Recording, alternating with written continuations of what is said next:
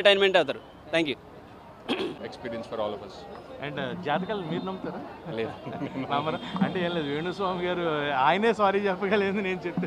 లేదు అంటే ఇది ఆస్కర్ వైల్డ్ గారి షార్ట్ స్టోరీ.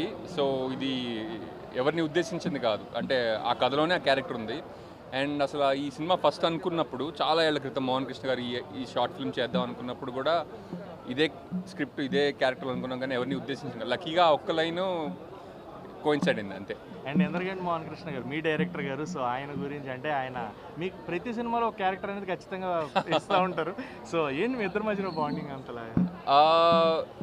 అదంతా నాకు తెలియదండి. కాకపోతే ఒకటి, I really enjoy working with him. ఎందుకంటే ఒక యాక్టర్కి డైరెక్టర్కి కమ్యూనికేషన్ అనేది చాలా ఇంపార్టెంట్ కదండి.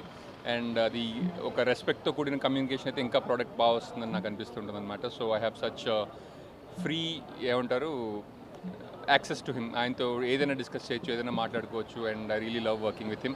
అలాంటి కమ్యూనికేషన్ అందరితో ఉంటే, అందరు డైరెక్టర్స్ యాక్టర్స్ మధ్యలో ఉంటే బాగుంటుందని నాకు. Super sir. అండ్ ఫైనల్గా దర్శి గారి గురించి, ఆయన కామెడీ మామూలుగా అంటే జాతిరత్నాల తర్వాత మధ్యలో మళ్ళీ కోర్టు అనేది కానీ బలగవన్ కానీ వచ్చాయి, మళ్ళీ ఆయన జోన్లోకి ఆయన వచ్చి కామెడీ చేయడం ఇది అంటే వెర్సటైల్ యాక్టర్ అండి. ఫస్ట్ ఆఫ్ ఆల్ నాకు ఎప్పుడు కూడా దర్శి ఒక కామిక్ టైమింగ్ ఉన్న యాక్టర్, అంటే ఒక కామెడీకే పరిమితమైన యాక్టర్ కాదనిపిస్తుండేది. అండ్ బలగం కానీ కోర్ట్ కానీ చాలా మంచి మంచి సినిమాలు చేశారు ఆయన. And I'm very happy for him, ఎందుకంటే ఈ సినిమాతో మళ్ళీ కామెడీలో సక్సెస్ కొట్టడం అనేది రియలీ అతని కెరీర్ కూడా చాలా ప్లస్ అవుతుంది అనుకుంటున్నాను. అండ్ మీ నెక్స్ట్ ఫిలిమ్స్ ఎప్పుడు సార్? వెయిటింగ్. Thank you. నేను చెప్తాను, అంటే ఇప్పుడు చెప్పలేండి. All the best. Thank you so much. Thank you.